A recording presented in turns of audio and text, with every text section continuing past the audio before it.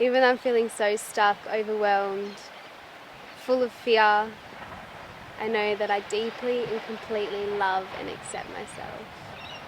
In a day and age where people are more conscious of their wellness, it comes as no surprise that the popularity of alternative health practices is on the rise.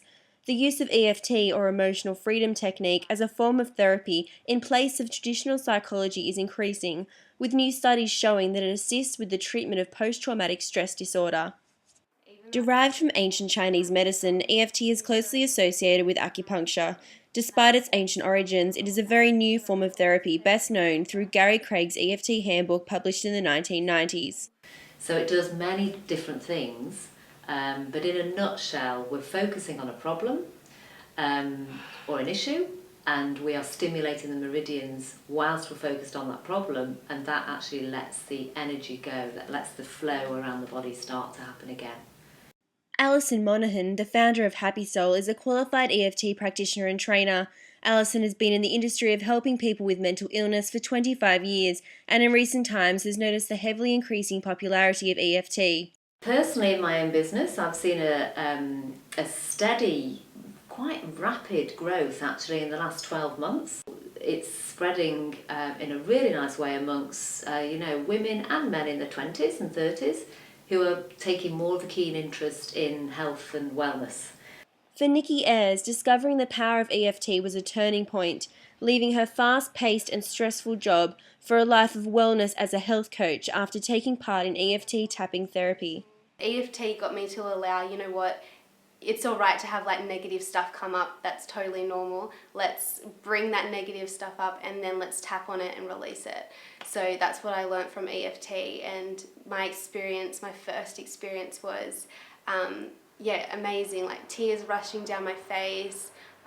So much stuff was brought up. My whole body just felt so relaxed and so numb, and yeah, I walked out like on cloud nine. Like I actually didn't think I could walk.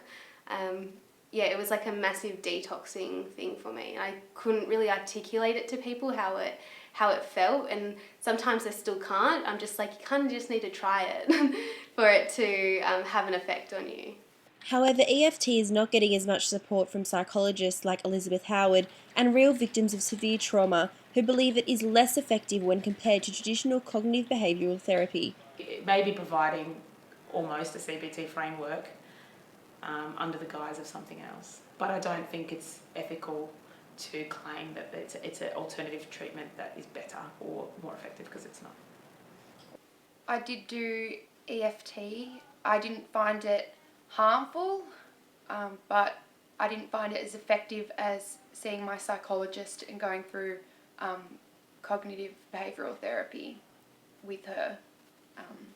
So I probably wouldn't recommend it to someone. I'd probably recommend first seeing a registered psychologist before taking that option. Trainers and master trainers in EFT are governed by AMET, an industry body which was founded in 1999. EFT is not currently recognised by health funds, but its growing popularity in Australia is seeing it be more commonly looked upon as a legitimate treatment by medical professionals.